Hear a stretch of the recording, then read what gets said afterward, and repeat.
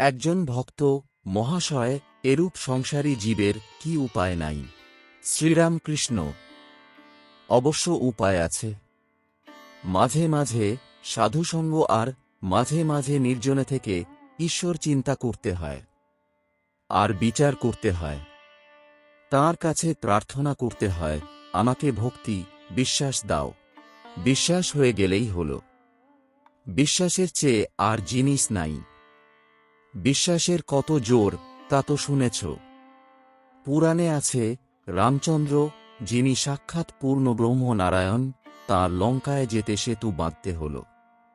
কিন্তু হনুমান রামনামে বিশ্বাস করে লাফ দিয়ে সমুদ্রের পাড়ে গিয়ে পড়ল। তার সেতুর দরকার হয় নাই। বিভীষণ একটি পাতায় রামনাম লিখে ওই পাতাটি একটি লোকের কাপড়ের খোঁটে বেঁধে দিয়েছিল। সে লোকটি সমুদ্রের পাড়ে যাবে। বিভীষণ তাকে বললে, তোমার ভয় নাই, তুমি বিশ্বাস করে জলের উপর দিয়ে চলে যাও, কিন্তু দেখো, যাই অবিশ্বাস করবে অমনি জলে ডুবে যাবে। লোকটি বেশ সমুদ্রের উপর দিয়ে চলে যাচ্ছিল। এমন সময়ে তার ভারী ইচ্ছা হল যে কাপড়ের খোঁটে কি বাঁধা আছে একবার দেখে। খুলে দেখে যে কেবল রামনাম লেখা রয়েছে। তখন সে ভাবলে, এ কি? শুধু রামনাম একটি লেখা রয়েছে, যাই অবিশ্বাস অমনি ডুবে গেল। যার ঈশ্বরে বিশ্বাস আছে, সে যদি মহাপাতক করে, গো, ব্রাহ্মণ, স্ত্রী হত্যা করে, তবুও ভগবানে এই বিশ্বাসের বলে ভারী ভারী পাপ থেকে উদ্ধার হতে পারে।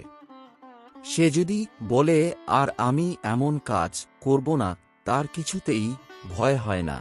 এই ছেলেটিকে দেখছ, এখানে একরকম দুরন্ত ছেলে। বাবার কাছে যখন বসে যেমন জুজুটি, আবার চাঁদনিতে যখন খেলে তখন আর এক মূর্তি। এরা নিত্যসিদ্ধের থাক। এরা সংসারে কখনো বদ্ধ হয় না।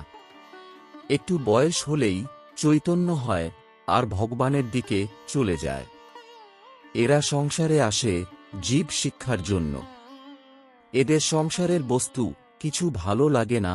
এরা কামিনী কাঞ্চনে কখনো আসক্ত হয় না। বেদে আছে হোমা পাখির কথা। খুব উঁচু আকাশে সে পাখি থাকে। সেই আকাশেতেই ডিম পাড়ে। ডিম পাড়লে ডিমটা পড়তে থাকে, কিন্তু এত উঁচু যে অনেক দিন থেকে ডিমটা পড়তে থাকে। ডিম পড়তে পড়তে ফুটে যায়। তখন ছানাটা পড়তে থাকে। পড়তে পড়তে তার চোখ ফোটে ও ডানা বেরোয়। চোখ ফুটলেই দেখতে পায় যে সে পড়ে যাচ্ছে, মাটিতে লাগলে একেবারে চুরমার হয়ে যাবে। তখন সে পাখি মার দিকে একেবারে চোঁচা দৌড় দেয় আর উঁচুতে উঠে যায়।